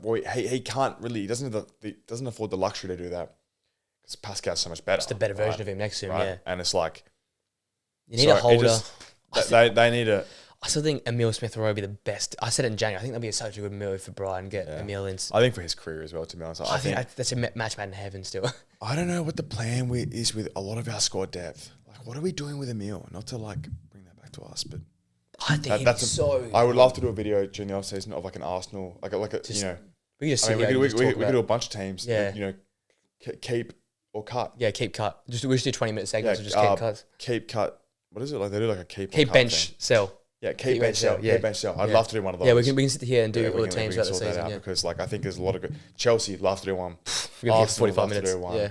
Well, Man United's always been a great one. United obviously a great one. Brighton will be interesting. Brighton would be a nice one. Like I think Brighton's a big mover in terms of the offset, in terms of bringing in people and shipping out. I think that'd be a really great segment. So. I reckon they're going to have a lot of movement happening. Yeah. I don't think they're bringing back Fatty. They're not going to take it back clause. He hasn't done anything he's done. They will probably... Milner was on a 1 year, right? They'll let Milner walk, yeah. He'll go. Dahoud already went back to Germany. So every one of their signings hasn't worked. Yeah. And then, I think they need midfield depth and just hope that defence stays fit again. Because when the defence is there, you saw yesterday, they were bloody good. Ship off McAllister, Caicedo. And replace him with... And Dahoud and Milner. Like, I mean, who have they lost in the... Just to do a recap, I know we've done this earlier in the season. They lost Cucurella. They've lost Sanchez. They've lost Caicedo. They've lost McAllister. They've lost Trossard. They've lost... Another forward, didn't they? Regardless, we've just named like... Basically half their team. Those three players we just named will be their three best players that they played right now. Not to disrespect Pascal Gross, but McAllister, Caicedo, and Trossard are better than what they have right now. Yeah. And then when Cucurella left, he was their player of the year. Yeah. Right? Like... Oh, Levi Colwell. That's his Levi Colwell? Oh, he was like their player. He was their player of the season last year, I'm pretty sure. I think he was their player of the season. I mean, they've lost 7 starters. Yeah. Sanchez starts. He's probably not under Deserby, but he's probably better than both. Yeah. You know, Caicedo definitely starts. Cucurella starts. Cucurella starts. Colwell starts. Colwell starts. And McAllister starts. Yeah. Trossard starts. Like... You get to 8th and 7th. There's a striker. Have I made that up? I thought they lost a forward. Maybe just because Evan Ferguson disappeared, but it just feels like they've lost a forward. Who did they have last year? Well, they had Neil Maupay, I think, at one point. Big loss. Did they have Neil Maupay? They did. Definitely. Yeah, a couple years ago now, though. Wow. Did you see that thing where you saw that bloke on the street yesterday? No. With his takeout. He's like walking around the streets of London with a takeout. And he just goes out daps some guys like Wagwan man. Neil Maupay is like this villain arc. Yeah, bro. He was like a villain. Now people are starting to like him. Everyone's loves him to shit ass. He's hating on people who everyone hates. Yeah. Like I don't know what it was the other day. But Anthony, but saying even I wouldn't do that. Even I wouldn't do that. I was like, that's hilarious. No, even I wouldn't do that. It's so good. Was that to Coventry? Yeah, to Coventry. That is so good. Bro's walking on the streets of London with a takeout. I also love like his English. He's got like the bit of roadman. Yeah, French he goes to some white dudes like Wagwan. I'm like, what's going on? What's going on? Neil Maupay, the French geezer. Yeah, it's hilarious. But nah, look, Brighton. He's a bit of a cult hero right now. He's a cult hero. Yeah. Brighton, look, that they have It's been a tough season, but credit to them, they're still going to finish top half. We've said this every week. How are they still there?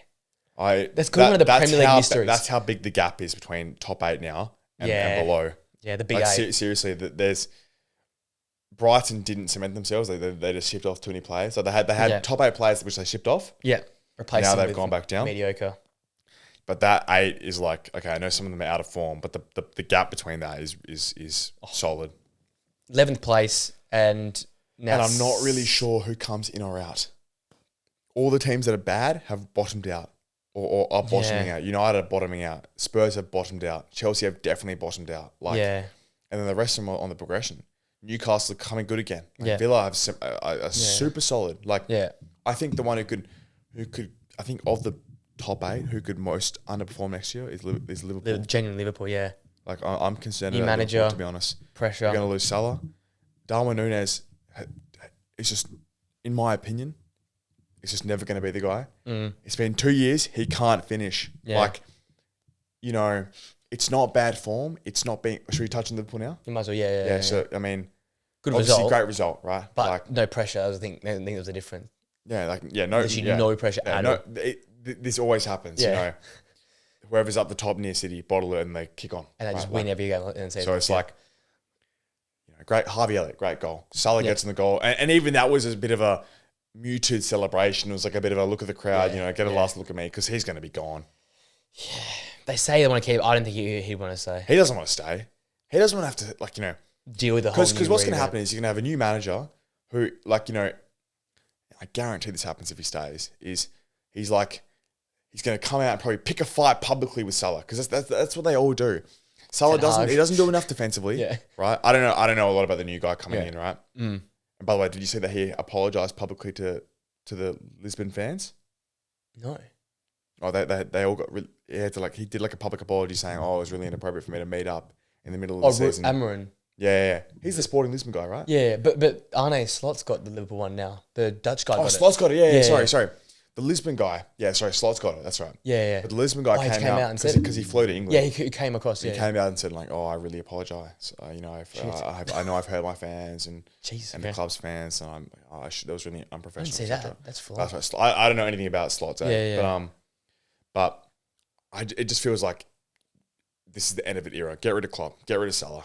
Get rid of him. Right. The only ones I should say of that era are Van Dijk and Alisson. Well, even Van Dijk and all that want to hang around for the new revamp. So it's another one of those. Like, do you want a payday? Yeah. Just go get a payday. Or go to Spain and try and win Champions Leagues. Yeah. Well, you get paid regardless. Yeah, yeah. Go park up in bloody Madrid, eh? Go park up on the. Be the fourth centre back for Real, mate, and then you win 4 Champions Leagues. They're in a. Because everyone's mocked it, saying it's going to be like the Ronaldo Ten Hag thing, but I wouldn't be surprised if it is if Salah stays. I would not be surprised if the exact same. It feels that way, like 100%. Slot will come in, pick a fight with someone to make because Salah isn't going to do because Slot's every manager now. I don't know what he's like, but every manager nowadays wants a pressing it, high press defensive line, and Salah isn't going to do that. He's not going to track back. He's so lazy, right? And his goal comps over the last 5-10 years have not just got him by, have cemented him as like a Premier League great. Right, yeah. But when you don't do that, it's a lot like Rashford to obviously to a B grade level. Yeah. But when Rashford doesn't score or assist, he does nothing. So it's like when Salah doesn't score or assist, he does nothing, right? So it's like, and what will happen is, he won't score or assist. He will start the season poor, and he'll be playing like Curtis Jones and Harvey Elliott and all these youngins, right? And Salah, and he'll pick a fight publicly, and it's probably going to kill the players. I think it's better to just cut ties now. They should have cut ties when Salah was 200 mils. I'm going to be honest. I know they're trying to win the league. What do you get now? 140? Nowhere near that. You get nowhere. From Saudi, you're going to get 140. No way. They'll pay Salah a bag. I know Saudi overspend. Yeah. I'll be surprised if you get more than 100 mil. I reckon you get 80 probably mil. is made worse now, because they've come out publicly. Because now they're forced sellers. Now they're forced into the sale. And Saudi know we don't need to pay a premium anymore. We can just you want to sell him, we'll give you 60, 80 mil. Yeah. And they might work it up to 100. He is like 32. Yeah. Yeah. Like 33. He's not young, Salah. Like we said this at the start of the season, He's he's got 3 years max, 2 good years. He's still an elite finisher when at his best, and he's still got speed. He's still really, really quick. But he uses his pace, so that's how long does that pace last? But that's the thing. Is that, once that goes, what do you have anymore? You gotta he's not really he's not a creator. No, he's not a creator. Just gets in the end. He's far from a creator. Yeah. So it's like, it's a really interesting spot for Liverpool now. They're going to be in a whole new era, and it's really interesting. Like, can I say I definitely agree.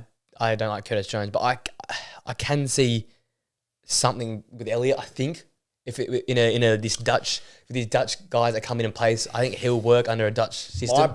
Look, I'm probably a bit jaded by this, but I think my problem with Harvey Elliott is he just gives off way too much like Scouser vibes. Yeah, it feels like there's an element of him as a player, is him being like, Liverpool born and bred, like Scouser. Yeah. You know what I mean? You know what I mean? Yeah, no. Yeah. But isn't that not just Curtis Jones? I feel like he's definitely that. Curtis Jones is just like the Scouse. Curtis Jones is definitely that. Yeah, like he's been and I don't really rate Curtis Jones. Yeah, I think he's rubbish, Curtis Jones. And I think the same to me. I think Harvey Elliott's like player aura is elevated by the fact born and bred. It's like a Scott McTominay. Yeah. Like, Scott, early days Scott was like, he's this, plus he's United, plus he loves the club. Yeah. And that's Harvey Elliott. He scores a good goal, Harvey Elliott. Don't get me wrong. But I don't think he pops up enough. He doesn't have a lot of game time, Yeah. but look, I'll definitely give him a crack. I think, I just think with what Szoboszlai's put up the last 2 months, the fact that longer. Since the first 2 months. Or what he's not put up is probably more the thing. And how Elliott's come in and sort of just done that job for him, it sort of feels like, okay, at least under a Klopp system, he's got what it takes. I think under these Dutch guys that, like you say, high press, high energy, love a bit of a, press the wide areas and use those central midfielders and wide, like how Mount can use in the right wing and Bruno in the right wing at United. I feel like he might end up playing that role for Slot. That's the thing I can feel. How's this bench, by the way? Szoboszlai, Jones, Gravenberch, Bajcetic, who's the I like him. He hasn't played much, so he got injured. Kelleher, Nunes, like Joe Gomez, and there's players there. And Bradley. It's like there's a lot of players there, but it's a lot of I don't know how this works together. I don't know how it works on a slot. You signed Gravenberch. Why did you sign him? I think it's the depth. If you're going to play like Harvey Elliott, why did you sign Gravenberch? I know they're not the same position, but like, what position is Gravenberch then? Because they bought Endo, who was not supposed to be a starter. No, now he's starting week in, week out with McAllister. Yeah. Like, how does this midfield work? Well, who else? It's how does it work? But how does it work now when the new manager comes in? Because that's a different question, right? I think Gravenberch is supposed to be the box-to-box player, realistically. Yeah, but do they even play that role? McAllister ends up playing it with Endo's there. Endo opens everything up for this side. Like, if Endo's good, they're good. If Endo's rubbish, they're rubbish. Like, who actually... I need to check Liverpool's whole midfield options because they have so many there now. Like, Curtis Jones can be in there. They bought so many. Bajcetic can be in there. Swear Thiago's still on the books. Thiago's still there, but he's always injured. See, Elliott's more of a right winger nowadays. He always plays out in the flank, which is probably more the point. They've got 2 new midfielders. That's the thing. We say all this, but then we don't know what's going to happen next season. Mate, even up front, like what Diaz, Nunes, Salah, Gakpo, Jota. I think Jota will work well with the Dutch guy. Jota's the one, but he's getting into the Reece James category now. Yeah, he literally always never available. I'm just like, you get a good 3 or 4 games out of him, then he doesn't have it. Then he pings a hammy or does a soft tissue, right? Yeah, which is not good. Which are the bad ones. Yeah. Like at least with Wesley Fofana, he did an ACL and he's done. Like, that's why I'm more confident he can come back for Chelsea and play a role, right? Yeah, nail it down. Because it's like, players can come back from that and be fit for the rest of their career. Mm. You have players like Jota. Just who like hammies and calves and... Yeah, all these soft tissues and it's, it's just their body letting them down. It's nothing more than that. Yeah. How do you... If you're a new manager, how do you build a squad around this guy? How do you plan around him to be a staple piece in your team? You can't. Because out of all of them, that's probably the guy him and Diaz be the guys you'd build around, right? If I'm not mistaken. If Salah leaves, regardless, it's not going to build around him anyway. Yeah. Because Nunes... Well, I think you make a decision on Nunes. You either persist with him or you sell him. Yeah. I don't think you keep Nunes there to come on and off the bench and play, every now and then. Yeah. Like, because he's not that type of guy. Like Nunes has shown enough to warrant him being a starting striker in a very good team or in one of the top 5 leagues, right? Mm. Like he's shown that. Mm. But I think a Liverpool that's not gonna. I just don't think it's Liverpool. They don't need that sort of. I think a different club can afford to take that risk on Nunes to come good. Yeah. Whereas when you're trying to build, when you need the security of building around a long-term project, I think you have to make a choice around Nunes, and I don't think he's that guy. I think, as you said, Diaz can work. Jota, if he can stay fit. Outside them, I wouldn't really... Like, Gakpo hasn't shown much, man. Gakpo's a bit mid. I know he scored last night, I think. Yeah, he scored last night, but... he came, 18 months ago now? Yeah. He hasn't... what has he shown? He came middle of last year. Yeah, last year, yeah, because United have been... He was popping off in Eredivisie. Yeah, going crazy. He won 3 player of the months. Like, what has this brother done? Had a good game in the 7-0. That's about it. He's this big body, tall guy. Had a good World Cup. That's what got him the money move. That was it. He had these 2 good games in the World Cup. He was popping off Eredivisie, then had a good World Cup. Yeah, that's right. He followed it on. But it's like... It's just at Liverpool. Yeah. I couldn't tell you what he's done. Yeah. How many goal comps has he had since he's been there? Like, this guy's an out-and-out attacker. He doesn't he probably would have decent numbers because he'll just get on the end of stuff at the end of games, but it's not like impressive stuff. Had 54 appearances for 14 goals. I don't know how many assists, but it's like, it's not bad. But he comes off the bench, he gets these cheap 90 minutes 5 assists. tap-ins. He's Because they played him at the left, they played him down the middle, they played him off the right sometimes as well. He hasn't. Oh, they play him everywhere. They played him across all the They front played three. him at like a 10. Yeah, it hasn't They worked. I played him in midfield. They tried that 4. Remember early days, or no, last year when they were playing 4 up front?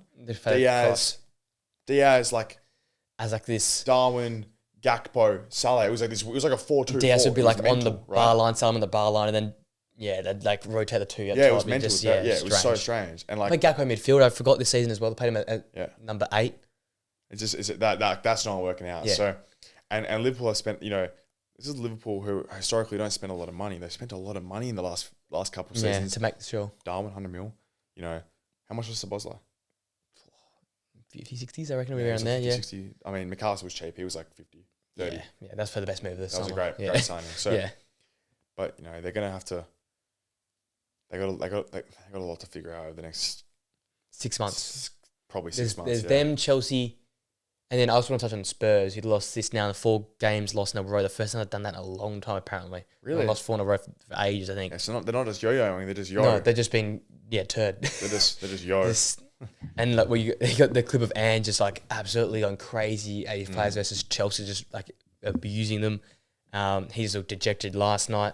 4-0. He started to look pissed off, eh? Yeah, 4-0 after 50 minutes, was it? 50, 60 minutes, something like that last night. Yeah, it was game 50, over from the start. 60, yeah. It felt like Emerson. And a couple of late goals in the last 2 weeks to try and like cover it up a bit. It makes the scoreline not look so bad, and it shows they can still score goals. 2 goals against Arsenal, 2 goals. You're going to score goals it's not bad, when you play this football, but it's like you stop conceding goals. Yeah. I just think it's all... the Maddison form, I think, was holding this team together, and now he's not there. It's also, I think, the overperforming of their fullbacks. Yeah. Who I don't Emerson played last night. Emerson's not that guy. Emerson turned the ball over twice. I think they led to 2 goals. Yeah, Emerson's not that guy. I mean, who played on the left? Last night. Did Porro play last night? Maybe Emerson played. Emerson definitely played. But I'm saying unless he got subbed on. Let's have a look. Squads. Spurs played Emerson and Porro. Yeah. Porro on the left. Yeah, Porro Emerson on the left. We play Emerson on the left. I'm assuming Porro's in right and right. Yeah, but what I think Ange has done this year though, which we were scared about at the start of the year, is buy himself a little bit of time. Yeah. I think, and no one cares in the season now. If you're Daniel Levy, you don't care. Switched off. Right? Yeah. It's okay, just get to the end of the season. You're going to finish in 5th, or you're going to finish around that mark. Yeah, Europa League. You're very far from the top. Yeah. But you are actually better than we thought. Yeah. Right? No, we'll give you that. That's credit. So I think Ange has warranted himself some money and a bit of time to implement the way he really wants to play. Mm. And I think Spurs. I'm actually confident in Ange to be able to implement. I'm not super confident in Spurs, to be honest. Long term, I just think Spurs will beat Ange. Yeah, but I think if you're a Spurs fan, there is some optimism there for the next year. I think you'll buy some players who will suit the way he plays, which should be cheap. Ange has done this in the past. He's got a knack of finding cheap talent, Japanese guys, legit who play a role, right? Yeah. And I know they've lost 4 on the trot, but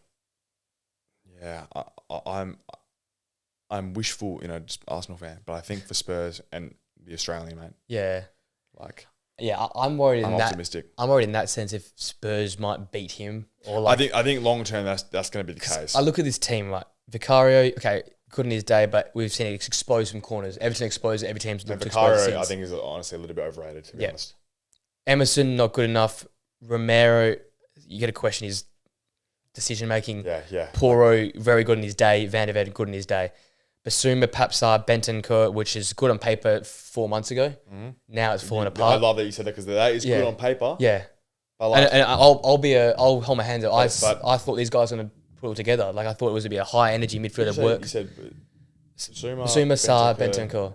Papsar, yeah. This is Bentancur play high rate pretty highly, but these injuries are catching up with him. Another one who gets injured every 3 or 4 games. Basuma and Sarr, who look like since they come back from AFCON. We didn't say Basuma before for Brighton. Basuma's not, that's another player.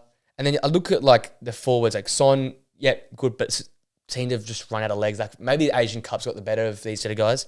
Kulusevski as well. No, look, Son is still elite. He's still elite, but he's not giving us that solo magic he was sort of doing at the start of the season. They also carrying his team back down the middle. They had yesterday. They had Johnson, and I think Johnson's probably one of the more consistent guys. Richarlison came on down the middle. Kulusevski got dragged. Then you've got Skip, Højbjerg, Madison, Lo Celso, 2 goalkeepers, Richarlison, Jill, and Dragus on the bench. It's not Ryan Gilman. It's not impressive. Like it's not. It's not really great. There's a couple, and once again we're talking about like who did Ange bring in all those players? Dragusin and Vicario and Van de Ven. So you'd say 2 of them are hits. Yeah. Like, or one of them's a success so definitely far. Hit, yeah. Vicario is better than Hugo Lloris. Yeah. Well, a long way, yeah. And to be honest, despite I think Vicario potentially being a little bit overrated, I was seeing him team in the seasons and stuff. Like, I don't think he's anywhere near that personally. I think he's been the top 4 keepers, but not in he's been exposed to a lot, right? Yeah. So that you can take that both ways. But Van de Ven, I think he's a really quick centre back who will work in an Ange team 100%. Yeah, 100%. That's why I'm a little bit confident. So I've seen the signings; they've worked reasonably well. They obviously signed Madison as well. Yeah, Madison as well. A hit. And got to get given money though. Got to get given something to work with. It's not going to work unless they just give him the opportunity. Yeah, right? 100%. Spend some money for once. We know how Ange plays. Yeah, Ange just had success playing the same way every time, right? Internationally, Japanese, like Celtic ran amok the way he played. Yeah, obviously. Celtic, I know it's Celtic, but like, yeah. He's shown he can win games in the Prem. Yeah. Let him try and win games the way he wants to win games. Like and play the way he wants, Yeah. Like and I think they'll have more success. But at the moment there's just too many errors at the back there. There's just there's just a team running out of energy, it looks like. And they definitely off their legs. Their legs are done. So legs are gone. That's why I think just get to the end of the season now. Yeah, get it done. I'll just get a result against City and it'll be good. It's a shame that I really wanted them to get champion, to be honest with you, just for Ange, for the Aussie bloke. But Europa actually might be good for them. Might actually win something next year. Yeah, I mean, I think sometimes that's like a blessing and a curse. You haven't to put your best team out. You haven't to put your best team out because you have no squad depth. Yeah, 2 times a week. Yeah, and then come into the season like we've seen with United, just fall apart. They're bloody gassed, mate. They're all done. It's just been downhill for a couple of months now. Yeah, it feels like all these injuries. So Europa League might come in handy for them. Cruise the group stages, maybe win a trophy in next season. You never know. Could work out for them. But that's another team to be excited about, to look at over the summer as well, because that's going to be some moves, surely. For them. They've got a lot of dead wood there. Yeah, Oliver Skip, Højbjerg. I think Højbjerg's got to go. He's been here too long. Yeah.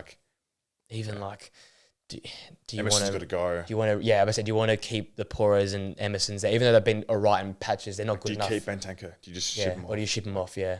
Like there's a lot that needs to go there. And the toughest thing about all these teams we talk about, we said Arsenal, but that's a bit different. Like the Chelsea and the Spurs and United, like you're gonna have to let good players go. Yeah, good players. Some of these players are really, really good on their day, but they don't excel in the system that like you need to play. And even if they've only been there 1 or 2 years, you just need to let some of them go, right? Yeah. And I think Chelsea's gonna especially have to let some hard ones go. But it's gonna. I mean, with that time of the year now, it hasn't worked out for these teams, and they need to figure out where it went wrong. So part of the parcel. Could go over winners and losers. I'm going to go my winner being Chelsea. Leapfrog United from nowhere. No one thought that was going to happen. And my loser was Spurs because they lost the 4 in a row, and just some media attention on back onto Ange, which is a bit unfortunate to end the season off. I'll go winner. Brighton. Yeah, I like it, yeah. Despite De Zerbi back for nothing. Nice little win there for De Zerbi and as you said, they actually looked better. Yeah. And then loser, probably go Luton. Actually, yeah, that's where the best one. I think, it honestly feels like now Burnley are the best chance to stay up. Yeah. But for either way, I just think it's done for all 3 of them. Yeah. Lose the championship. Winner Ipswich. Yeah, go on then. Bang on. Up the Ipswich. up the Kieran McKenna, mate. Up the man. That's going to be the biggest. Kieran McKenna assistant, Carrick assistant, and both of them have nearly gone up to one's gone up, one's nearly gone up to Prem. That's mental. And how somehow we failed with Ronaldo and all these guys. That's the United curse continues, eh? Alrighty, thanks for joining us, guys. Thanks for joining me, mate. Like, comment, subscribe, all those good things. Antonio should be back next week. And we'll probably start doing all that season award stuff. So this time next week, we'll be previewing the last round? Previewing the last round, I reckon we'll go through some season award, biggest bottles or best game, best comeback, season stuff. And then on the final weekend when the season's done, unless something dramatic happens with the title, we're gonna do a watch along. Yeah, we'll do a watch along. I didn't remember to sort something out there. We'll do a watch along, and then we'll you know what? We might, if you're really up for it, we could just do a Watch long video. Watch long into the cut video. off into the video, and we could do a live podcast. Knee jerk reaction. Yeah, just So instant. that's someone's segment, but that's a thing. But No, we can cut it for ourselves. No, we're gonna do some of that, and then we'll probably go one more week. We'll react to the ladder stuff. We'll go for a hiatus for 2 weeks, and then we'll come back for the Euros and the Copa America. I think. yeah, That's the plan. And then I think we might do that. Copa America. Jesus Christ, you're testing me now. We'll talk about Brazil and Argentina. Sorry, that's what we'll talk about. We'll talk about the Copa America. That's just coin for let's talk about Brazil and Argentina. Ecuador. Are they even in it? I don't know. Nah, sure, they'll be in it. Actually, America are in it this year. Yeah, that's right. Christian Pulisic action. Chelsea washed. All right, that brings us to an end, Join us on Thursday. Me and Nathan are talking about some stuff as well. It is a little bit drying up across the leagues, unfortunately. But yeah, we'll be back next Monday. Some more segments and less waffle, let's hope. See you guys later. See you later.